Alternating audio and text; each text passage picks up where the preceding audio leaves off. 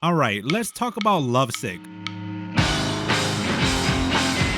But firsthand, I was given preview access and a free game code from Meta and Rose City Games to create this review. With that out of the way, Lovesick is interesting and charming at that. I picked it up with no expectations and it's super nostalgic and kind of leans as a comfort game. Is it perfect? No, and I'll cover that shortly. It has elements of Stranger Things VR mixed with Row 96, which is unpopular, but I like Stranger Things VR. In this game, you mostly come for the story itself and with the themes it tackles. It has okay puzzles, but nothing I would say is difficult. In my entire playthrough, it took me roughly 4 hours and some change to fully complete the story. I will include a Quest 2 and Quest 3 as graphical comparison later on, and I'll have everything timestamped if you want to jump to it right away, skipping the yap sessions. Also worth noting that this title doesn't have smooth locomotion, which I know is a major turnoff to some, and you constantly fade teleport everywhere. From the devs themselves, there is no intention to bring smooth locomotion, and the waypoint system is intentional, which is fine, but it drives away an entire audience from my view. It's quite jarring at first, won't lie, but like everything else in life, you get used to it. Its settings are limited for a VR title, and turning down any of these sound settings will block you from progressing, which I would not advise doing,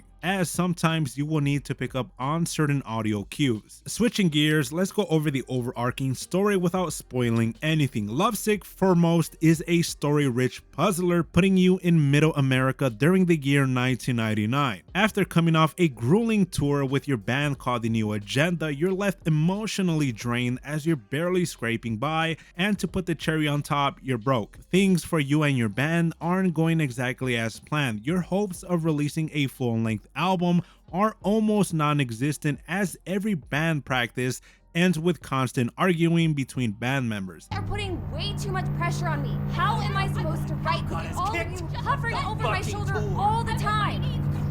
As you play Sam, the band's bassist, and you take the role of being the mediator. Other members include Tommy, a control freak, let's be honest, and the band's drummer, Dom, the lead guitar and vocals, and Nick, the guitar and lyricist. A simple band practice ends up with everyone arguing. Once upon a time friends, it's clear that that is no longer the case. A similar theme like this will take part throughout the entire game. Dom, the singer, begins to spiral over lyrics of a song called Lovesick that Nick wrote when a supernatural event occurs known as the feedback.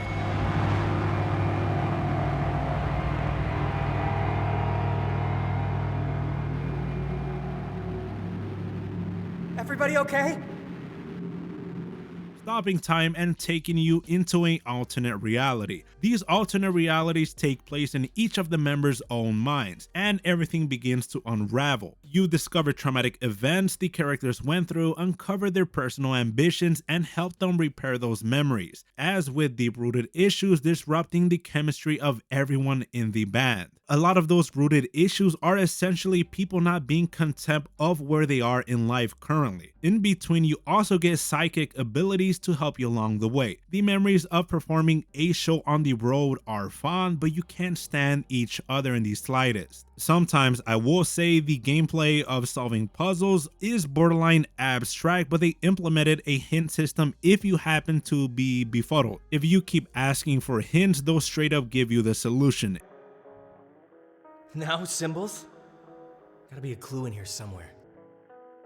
I got it! Wave, eye, stars, and a clock. It matches the torn up setlist, dude.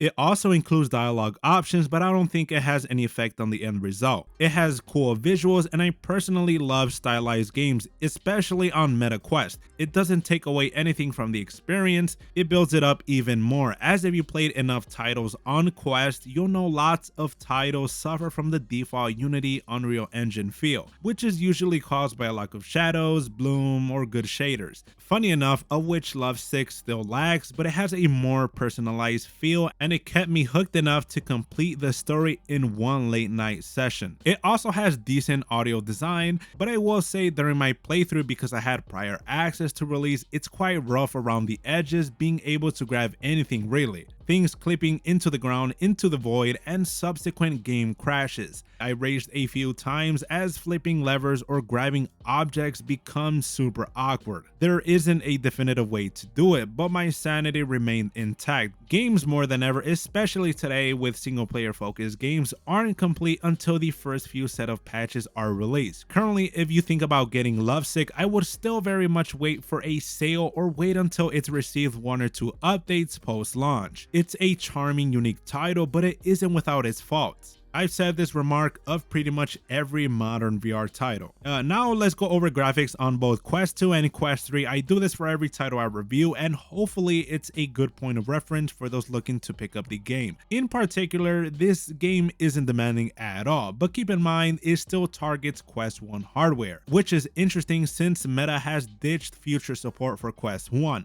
The lowest denominator being Quest 1 already shows what the devs are primarily targeting regarding performance. Although I don't have a Quest 1 to test it with, of course, the resolution still targets the default eye buffer resolution of both Quest 2 and Quest 3 3S and has a fair amount of fixed foveated rendering on the sides. An obvious eyesore is the lack of shaders or shadows to objects or characters. This point continues throughout and everything has a bright look to it. What I would love to see, it wouldn't hurt seeing a Quest 3 update in the future if the devs somehow included things like bloom, volumetric fog, better lighting, shaders, or shadows, or just improved texture resolutions, as visuals are a big part of this game. Quest Game Optimizer exists, but I would love to see the devs do more themselves. Overall, I love playing Lovesick. If you're looking for a chill VR game that lends itself as an interactive experience more than it does a game, it's good. This is coming from someone that picked up and liked Stranger Things VR at $30, so opinions differ. Lovesick goes for $14.99, which isn't bad, but it isn't great. At $10 or less, it would have been better, especially if you're on a budget, but development costs cool with the developers stating that they've been working on this project for 4 years.